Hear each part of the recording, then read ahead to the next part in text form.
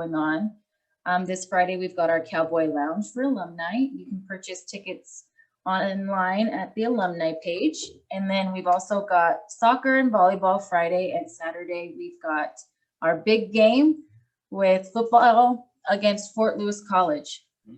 So I'm just going to introduce our speaker, Coach Ron Hudson, probably one of my favorite people on campus, one of the most influential and just impactful coaches that we have. He really speaks from the heart, and he really believes in all of the right things. And we're very, very fortunate and blessed to have him. So without further ado, go ahead, Coach. It's all yours. Awesome. Well, thank you. Thank you all for being here. Thank you for this, Shanna. Really, really excited about homecoming here. But I'm excited to be here. I'm excited to be the head coach here. I'm excited to be at Highlands University. I think this is a great place. I've thought so for a long time. So I'm fortunate to be here. I'm fortunate to be the head football coach here. And I'm looking forward to a long career here and having a great time and a great experience and impacting a lot of people. So I'll go ahead and get started with this. When I first got this email and had this communication going about me talking at this, I struggled. I wasn't really sure. I've never done one of these before, so I wasn't really sure exactly what people were looking for. I'll be honest with you. I don't think I'm that interesting. I don't think I have a lot of good things to say. I appreciate you asking me here. So I wanted to go back through and kind of think about my thoughts. Basically, what I kind of came up with is I wanted to share some things that were important to me that were put on my heart. And so that's kind of where I went with it. As we go through this, as the head football coach here, you represent a lot of people. We represent the university. I represent the coaching staff. I represent our players. And there's a lot of diverse outlooks, a lot of diverse opinions. So you try to make sure you look at everything, and you try to make sure that when you talk and when you're out front of this organization, you're talking in a manner that is respectful and reflects the opinions of the university and what they want said and done. So, but this talk in particular was really more, I kind of felt like they were asking me about me a little bit more, about my thoughts, what I wanted to share. So that's kind of where I went with this. And so the topic was talking about grit and faith, or faith and grit. And, I don't know if it was compelling or not, but it was compelling to me. There's a book called Grit that I was reading this summer. And I think grit is a unique word. It's a unique concept. And I think it's something that's important. And I think that concept is something that I really talk to our team a great deal about, because I think that resolve is important in these kind of settings when you have challenges and different things. So that's kind of where we got to. That's how I got to this point. And I'll kind of go from there. So first thing I want to do is I want to talk about this, and I'll talk about this to a degree because I think it's important that I share this. I think it's important that I'm genuine with our team. And so I talk about my faith. I am a Christian. I'm proud to be a Christian. If you follow my social media, there's some times that I'll put some things out there that are important to me. They're impactful to me. Something that touches my heart. So I don't try to beat anybody up with it, but it's something that's important to me. And as I've gotten older, I've gotten a greater appreciation for my faith and the impact that God's had in my life, and kind of how I've walked this journey, which is really a crazy, crazy journey. So, I went through this.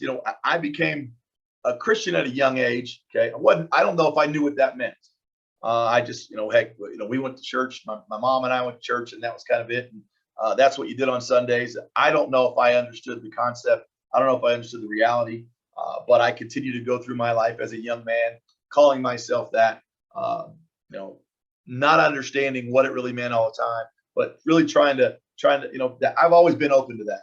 So as I've gotten older, one of the first things I realized was that, you don't have to be perfect, because I'm not. I promise you, I've made more mistakes. I've screwed more things up. I've hurt people. I've made a ton of mistakes in my life. and I'm thankful to be forgiven. I'm truly humbled to be forgiven, because I know that I don't deserve that. You know, as I've walked through this. So calling myself a Christian doesn't mean I'm perfect. It means it's the farthest thing from perfect. It means I've made a lot of mistakes. That's how I see it anyway. I've made a lot of mistakes. I'm just forgiven. So that's how I see this as I go. So, but I went through this, and I'll tell you my story so you have a better understanding as we go about why I'm saying what I'm saying right now. Basically, I kind of went through and I said, I looked up the definition of faith. It's complete trust and belief in things not seen. Complete trust and belief in things not seen. So, you know, that I get that and I understand that, and I've always understood what that means. So, you know, I'm comfortable with that. But as I began to study the word grit and what that meant, you know, grit was courage and resolve, a strength of character. And then my favorite one is an unyielding courage or drive in the face of hardship. Okay. So those are two different things. They're two different concepts, I think, in the world. But as I examine my life, and as I examine this profession and I examine this world, for me personally, I think those two things could not be more interlinked. And basically, the way I kind of look at it is, to me, faith is the fuel for grit. Okay. Or the other way to say it is, I believe that grit is faith in action. So, you know, as you're looking at things, you know, grit, having that resolve, having that steadfastness, having that sternness, that focus to continue on, even in the face of hardship and difficult situations. You know, that's pretty difficult to do unless you have something powering you, unless you have something driving you, unless you have something kind of focusing you, because it's really easy to get distracted. It's really easy to look around and go, what the heck's going on? Why am I on this path? You know, this may not be the easiest path. Why am I on this path? So, you know, the stick-to-itiveness of grit, the drive, the focus of grit through hardship, it's got to be powered by something. Okay. For me, and I think for a lot of people, and you may use the word faith in different things. For me, it's my faith. Whatever your goal is, whatever your drive is, that's your faith. That's your belief where you're going. I believe that's the fuel. I believe that's the power source to grit. I believe that's what allows us to have a steadfast drive in situations that may not look like they're going the way you thought they were going to go. So as I looked at my life and I looked at how things kind of evolved, these two things sort of came into focus for me. And that's really what was important to me. So that's how I got to this.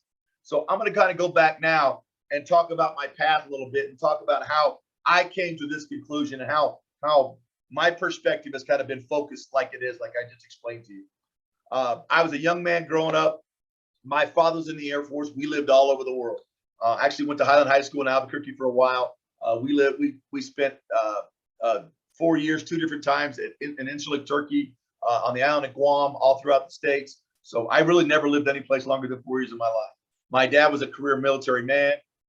My mom, basically, she worked a number of places, raised me as well, and I was an only child. So growing up, my dad wasn't an athlete, my mom wasn't an athlete, and I kind of took to athletics. I kind of enjoyed them, as a lot of kids do.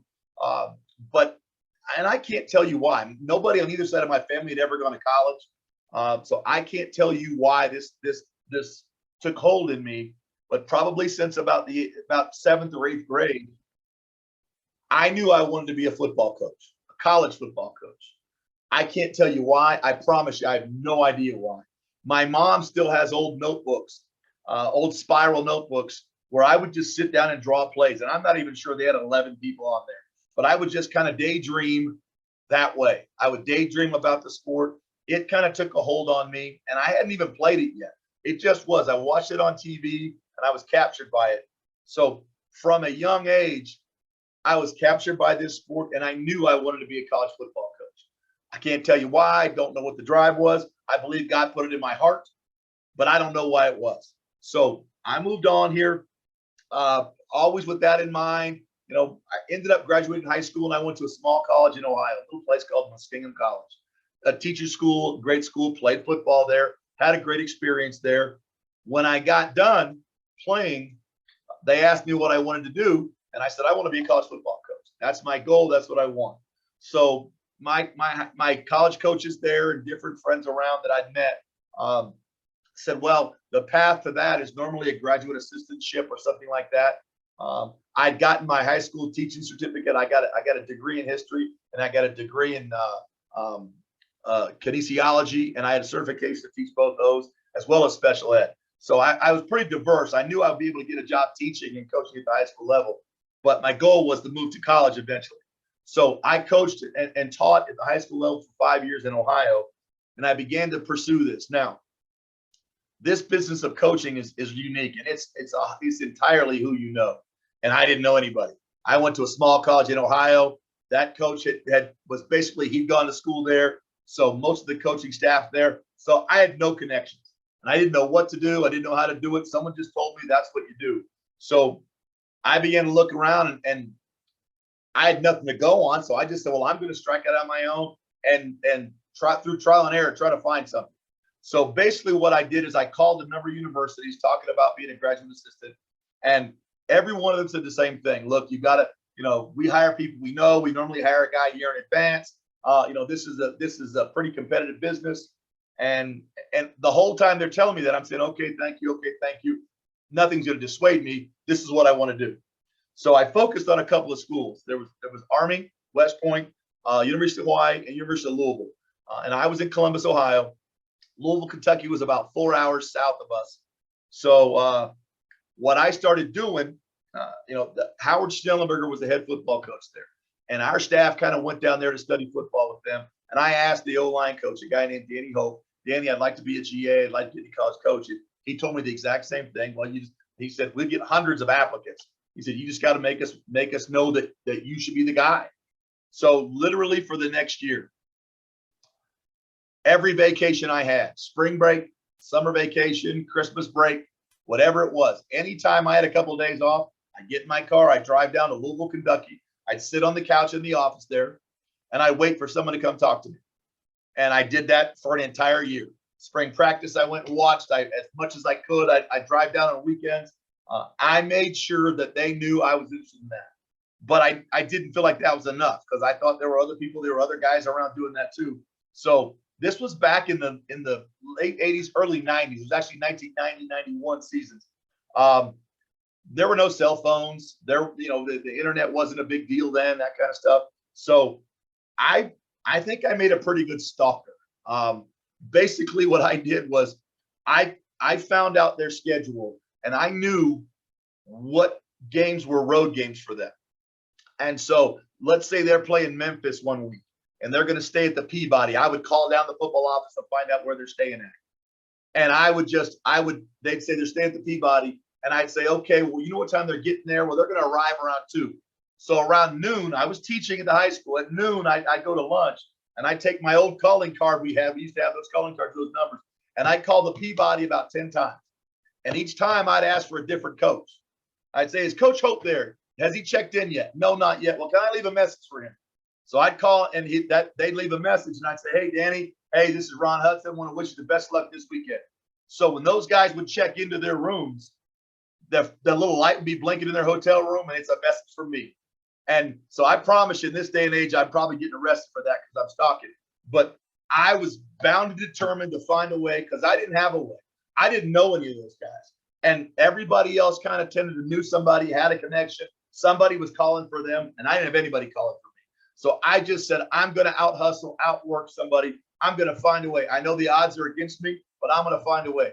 Finally, in the spring, after the 91 season, or excuse me, after the 90 season, I get a phone call from Coach Schnellenberger, Howard Schnellenberger. And I don't know if many of you know him. He's really one of the greatest coaches of all time. Played for Bear Bryant, coached for Bear Bryant.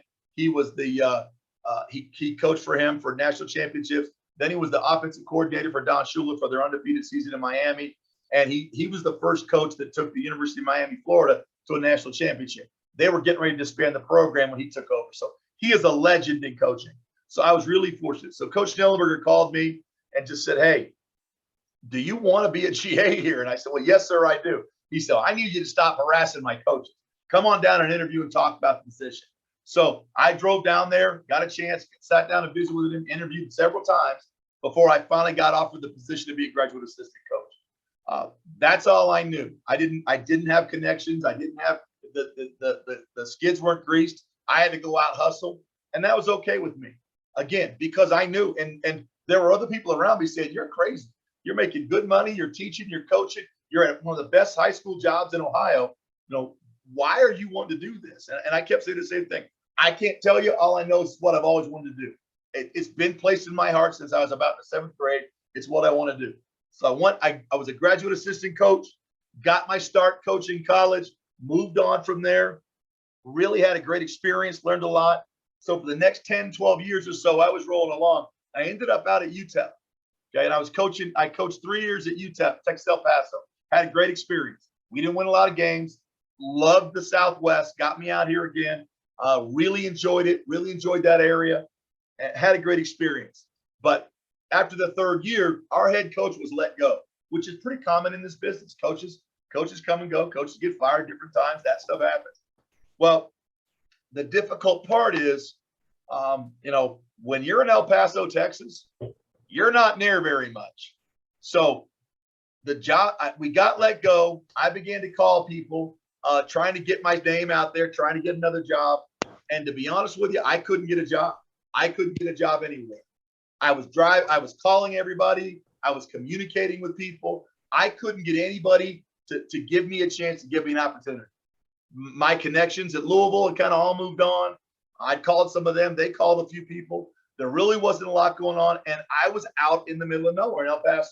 I loved El Paso, but it was hard to get to places and see people. So I literally got in the car and I drove east. And I just started stopping in at schools, talking to people. And at the same time, I'm thinking to myself, you know what? I've been at this about 10 years. I can't get a job. You know what? Maybe it's the good Lord telling me I'm done. Maybe he's telling me it's over. You've done what you're supposed to do in this business. Go get a high school job or get out of coaching. Find something else to do with your life. Thought about it, and for whatever reason, that just didn't sit. Maybe it's pride. Maybe I'm headstrong. But I just kept feeling as though something was up. I got a late call in May from Texas A&M Kingsville. It's a little D2 school in South Texas. They were very good in football at the D2 level, but not on the national scene, not at the level I'd been at in the last 10 years. So I talked to the head coach, made a decision that, you know what, it's at that level. It's out. It's as far south in America as you can go, basically. So it's way down south there, but I'm going to go down there and I'm going to go coach. I believe God's taking me there, and that's fine. So I went down to South Texas, coached for a year, had a great experience. We were actually number 1 in the country for a while. We had a tremendous football team. We won the conference. It was a great experience. So, but at the end of that season, again, the itch was still there. I kind of felt like, wow, I don't have a lot of momentum in my career. Again, maybe this is it. Maybe this is where I'm supposed to be. So in January of that year, I spoke at a clinic, and a buddy of mine said, "Hey, look, I heard there's an O-line job at Louisiana Lafayette." So I'm like, well, look, I'm speaking at a clinic in Beaumont. That's 4 hours from Kingsville, and Louisiana Lafayette's another 3 hours or so on the other side. After I speak at the clinic, I'm going to try to drive over there. I'm going to go back to my old habits. I'm going to go hustle. So I got in my car, spoke at the clinic, got in my car, drove to Lafayette, Louisiana, pulled in, walked in the office, introduced myself to the secretary, a couple of coaches. The head coach walks out of his office, named Ricky Bustle. Ricky shook my hand, introduced himself, and I said, "Hey, coach, I'm an offensive line coach. I hear you may have an offensive line job opening, and this is a crazy business. I don't have many connections. I just want to put a face to a name in case you're looking for a guy." And he said, "Ron, I appreciate you coming. You drove a long way, but I've already got a guy. I've got a guy lined up. I'm ready to hire him. Okay. We're just finishing paperwork and that kind of stuff right now." And I said, "Well, coach, I'm grateful." And again, this is just the start of the cell phone era now. This is January of 2005. So I said, "Well, coach, thank you. It's a Friday night. We got recruits back in Kingsville Saturday morning. I got an 8-hour drive. I better get on the road." I get on the road, and I'm about an hour outside of Lafayette on I-10, and my cell phone rings. And it's the head coach, Ricky Bustle. And he says, "Hey, I can't tell you what's going on, but that guy just backed out. Turn around and come back here. Let's talk." So didn't know him, didn't have any connections here. All of it, but it was just me hustling. Good Lord put it in my heart. Go say hello. Did that. The timing was perfect. I turned around, interviewed. I got the job at Louisiana Lafayette. So I'm hired back at Lafayette. They had not had much success. We were in there. We win the conference championship that year. We have one of the best stretches in the history of the school. Really was successful. Now Lafayette has really kind of taken that and gone to a new level now. But we turned the program around, had a great deal of success. And literally, I can't tell you why I ended up there. I can't tell you why I became the O-line coach and eventually the offensive coordinator there. But other than the good Lord had a plan in place, I couldn't see it through all the fog and all the stuff that was going on. But he had a plan. He put me in the right spot. Here you go. This is where I want you to be. And that's where I was. I spent 6 years there. Had a great experience, had a great time there, really enjoyed it. Felt like my career was on track. I'm coaching, I'm doing what God wants me to do. Probably a little arrogant, probably thinking I'm pretty good stuff now. And the good Lord has a way when you do that of bringing you back down to earth a little bit again. So I've gone on. I end up, and by 2015, I'm coaching it at Nevada. Okay, I'm the O-line coach at Nevada. We're successful. We've been to a couple of bowl games. It's really a good experience. I really feel like I'm on riding high. And that summer, I start noticing that, man, I get winded a lot. You know, I'm trying to work out some. I'm not taking great care of myself. I'm burning the candle at both ends. I'm recruiting. I'm coaching. You know, and obviously, and I'm just telling you, I thought I was pretty darn good. So, you know, I don't think I was giving a heck of a lot of the credit to the guy that put me there and gave me that chance. So all of a sudden, I start noticing problems. So I go to the doctor. The doctor says, hey, listen, you have AFib, atrial fibrillation. Okay. You got kind of a fluttering valve in your heart. We can fix that with medication. You're fine. It's not a big deal. So, okay, no problem. So I get on medication. At the end of the season, they say, hey, listen, we can fix that. There's a technique called an ablation. We run a little wire through your artery. We kind of shock that portion of your heart. We fix it. It's no big deal. Okay. So, but the whole time, you know, I'm doing research. I'm taking blood thinner. I'm doing research, and they're saying, you know, one of the possible side effects of AFib is a blood clot. Now you have to be high risk. There has to be some certain things that are going for you to be high risk for a blood clot. And my doctors have been telling me all along, everything else about you says you're not. So you're good. We're really good with it.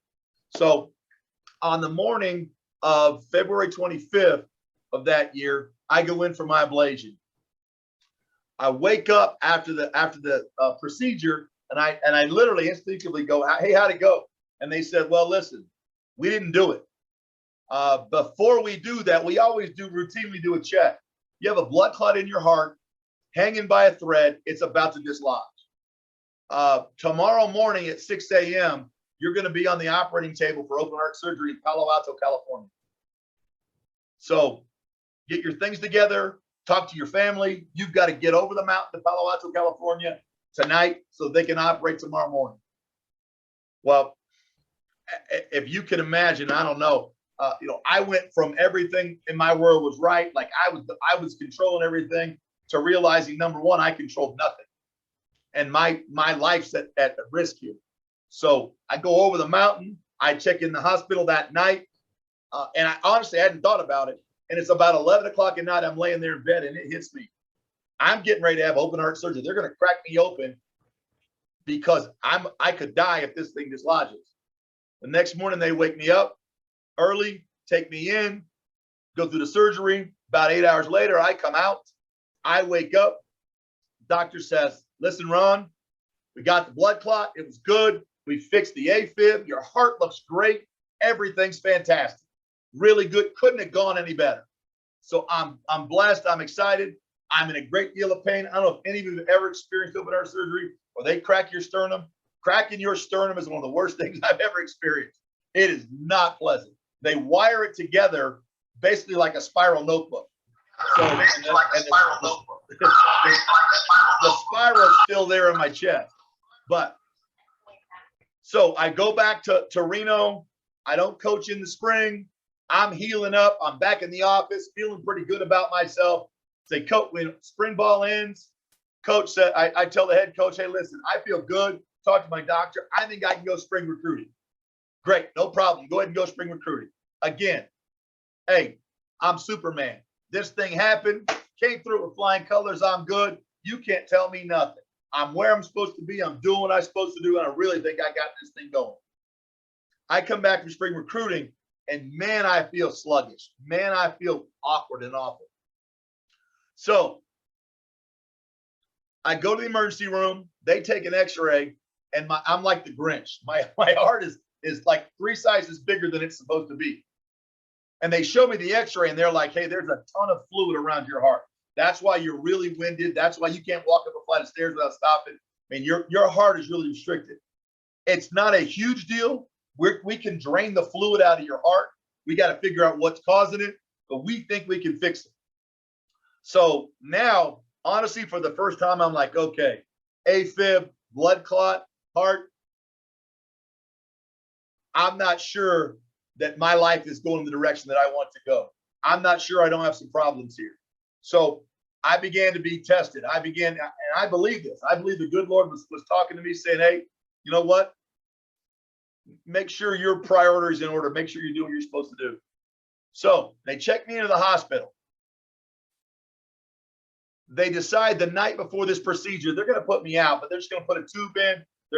There's fluid around the pericardium. They're going to drain the fluid out, and then they're going to get me on a different blood thinner. They think everything's going to be okay, and I'm good. So they take a chest x-ray, a CT scan of my chest the night before. Basically, the doctors want to do it. They want to come in. They want to talk to me about the procedure and go from there. So they come into my room about 6 in the evening. Hey, look, we're going to do this procedure tomorrow. Here's the CT scan. I want to show it to you so you can see your heart. They're saying you can see the heart right here. See how big it is here. See all the fluid around it. Well, we think that's what's causing it. Right here, we're going to put a tube in here. What we're going to do. Well, there were 2 doctors and there were an intern in the room. And I swear this happened. The 2 doctors are going over this with me and my mom's in there. They're talking about this procedure. And the intern in the back of the room says, what's that? And the doctors both look at the intern and go, look, rookie, the heart. That's the heart right there. He's going, no, what's that at the bottom of the screen? And they're going, I don't know. We're talking to him about the heart. That conversation happened just like that. So they finish up, they leave the room.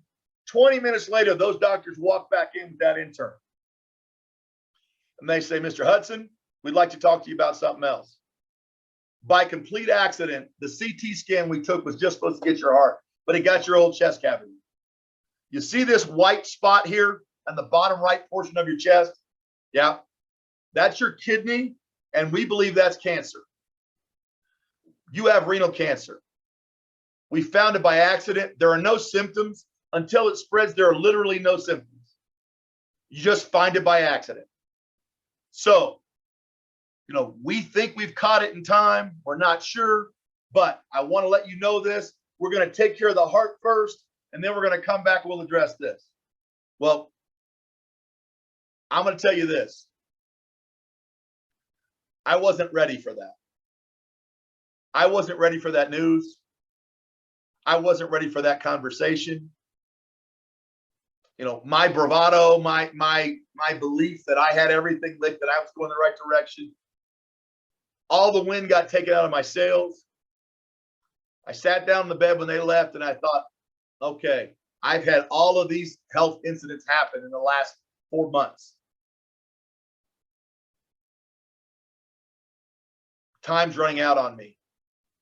This isn't working. I'm concerned that my health may be declining and my life may be coming to an end here. So, and I had a lot to think about, and I prayed about it, I thought about it, and I got back into my Bible and I started believing less that I'm Superman and more that I'm human, and that I don't control a lot of what's going on in this world. And I need to focus on something bigger than myself. I don't control this, and I need to kind of get my head around this. And it really took me a couple of days. They did the surgery. They drained the fluid from my heart. It went great. They told me, we're going to give you about 2 or 3 weeks to recover. Then we'll go in and we'll handle the kidney. And I said, okay. So I kind of got my head around that. And basically what they told me was, they said, we don't know. We're going to try to save some of the kidney if we can, but that's, you know, we think we can get most of this. We'll see if it's spread or not when we get inside. So about 2 weeks later or so, this is basically early June. Early June comes along.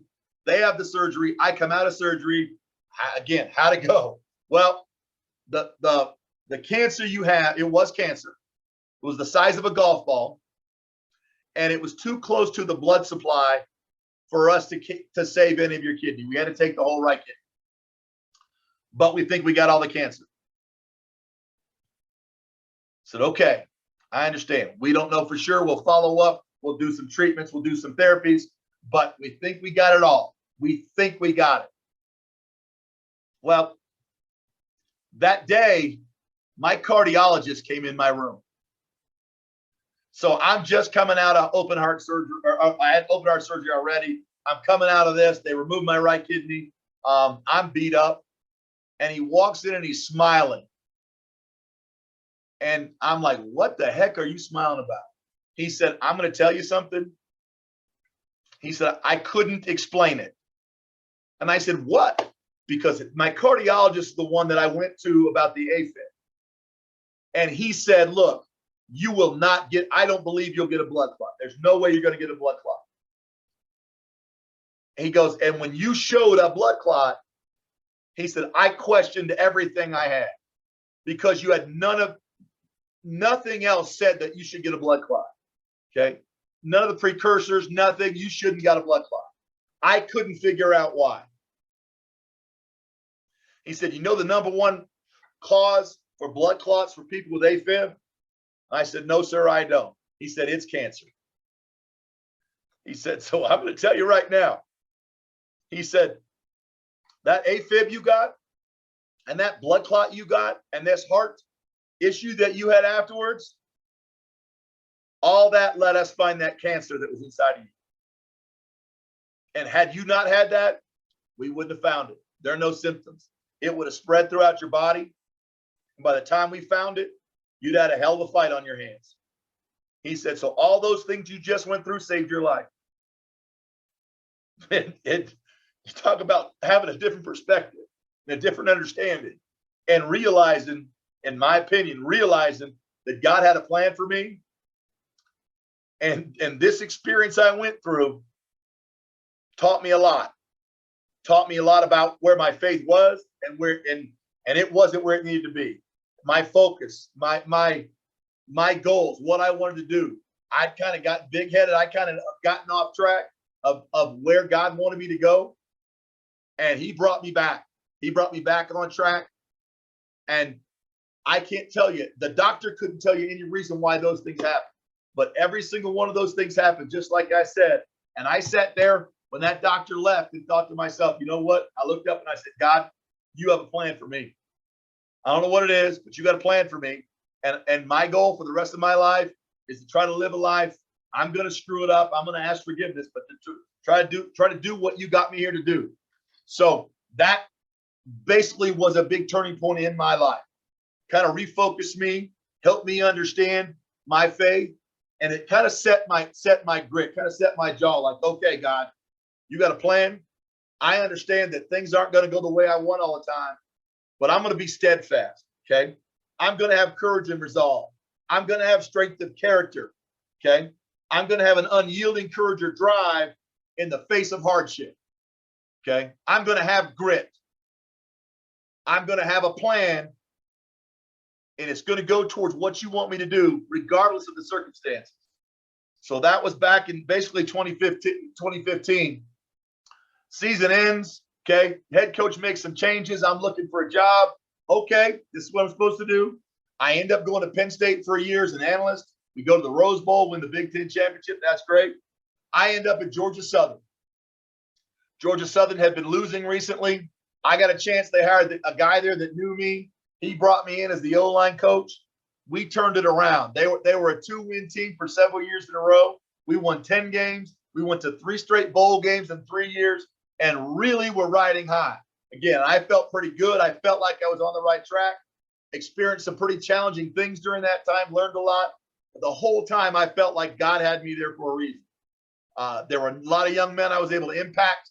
Really felt like I impacted the staff, young men. I felt like they impacted me. I felt like I was on the right track.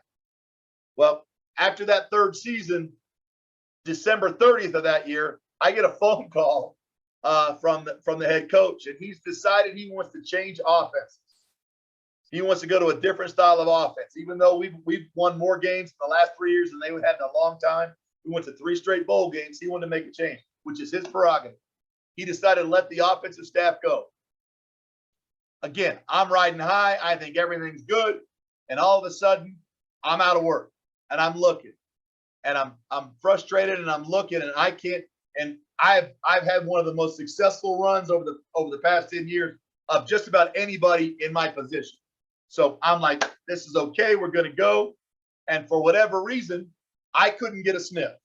I couldn't get a job opportunity anywhere. And I began to get frustrated. And again, I began to think the same thing. Okay, God, you put me at Georgia Southern. Maybe this was my run. Maybe this is what you wanted me here for. At that time, I'd been divorced for a while. I was seeing someone that lived in Albuquerque, New Mexico. I couldn't find a job, couldn't find an opportunity. I said, well, maybe, you know what? Maybe you want me to move out west. Maybe my college coaching career is done, and I'm going to go out there. I'll work at Walmart. I'll coach high school. I've got high school experience. I'll do that. Maybe you want me to go to that level and impact people there. So that's what I'm going to do. So no job in hand. I picked up and I moved to Albuquerque, New Mexico. Got out there, started interviewing, started talking to people about jobs. Really excited. Got close to my fiance, Chris Baca. Really excited to be there with her. Again, not really sure where God wants me to be. Trying to keep my mind open. Trying to be positive. Understand, God, you got a plan for me somewhere. And late in May, I get a phone call from a guy named Josh Kirkland, who's the head football coach at Highlands. He said, hey, I've had some people tell me about you that you moved out here. I've got a young staff. I don't have any full-time positions, but if you're interested in coaching out here, I might be able to scrape together $1,000 or something. No, nothing more than that. No benefits, nothing. But if you want to stay in the game a little bit, maybe you can do it. And I had some teaching opportunities and coaching opportunities in Albuquerque. And for whatever reason, I sat down and talked to my fiance, and I just said, you know what? The timing of this is unique, and I feel compelled to go research it.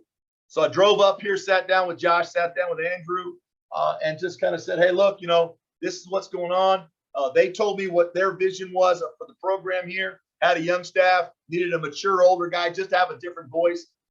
Again, not a full-time position, just kind of a part-time guy, advisor more than anything else. And I said, well, you know what? I'll give this a try. This is kind of unique. I'll try it and see. Don't know what God has planned for me, but let's go ahead and go do this. So I joined the staff, went through the season. We had some ups and downs, some challenges. I got a chance to look at the program from a different perspective. I wasn't a full-time coach.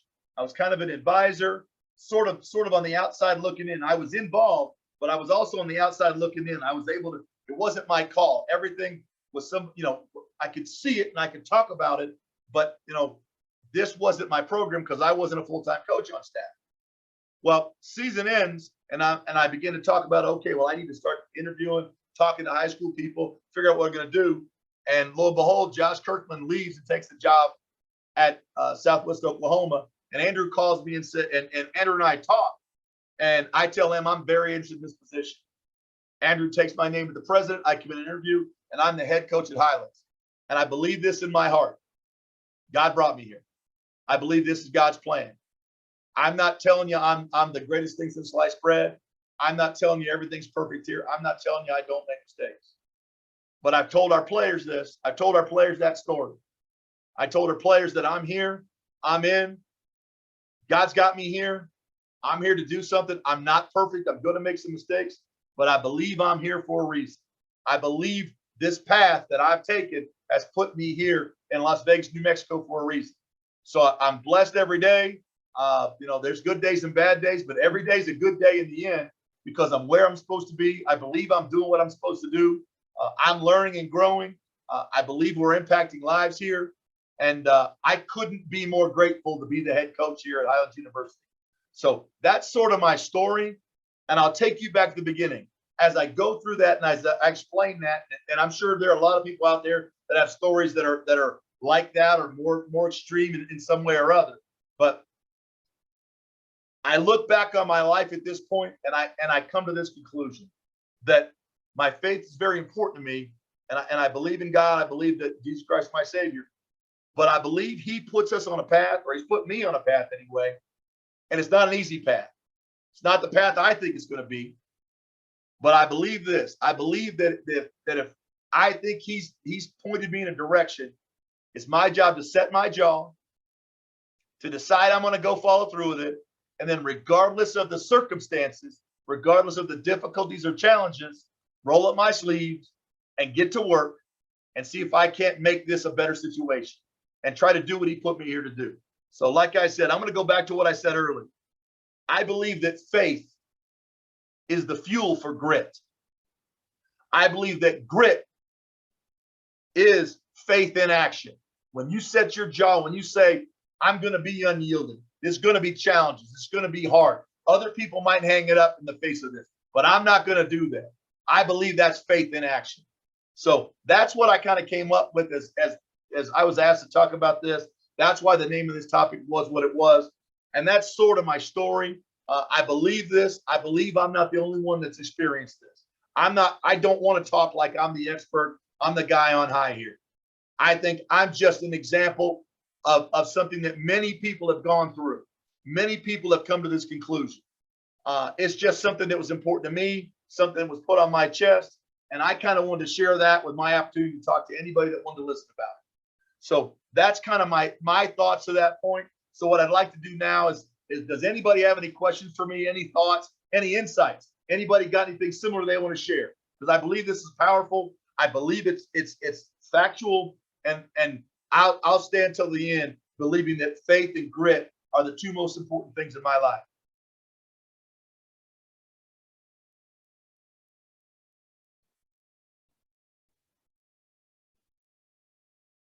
Thank you for sharing your story. Don't necessarily have any questions for you, Coach, but it was great to listen to it and really gave me some insight into what you've been through. And I'm glad you're here at Highlands too. So, well, thank you very much again. I appreciate it. And I believe I'm supposed to be here, but I'm no one special. I'm just a guy that's been put here for a job. There's a lot of people that are listening to this, watching this, that are as or more impactful on the lives of these people than I am. And so I'm grateful for you guys and what you do.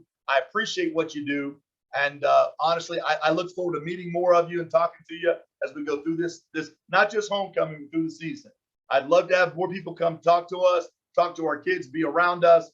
I believe that we are all in this setting for a reason, and it's to help these kids, and we'll do everything we can. It's not about me. It's about these kids and what we can do to help them.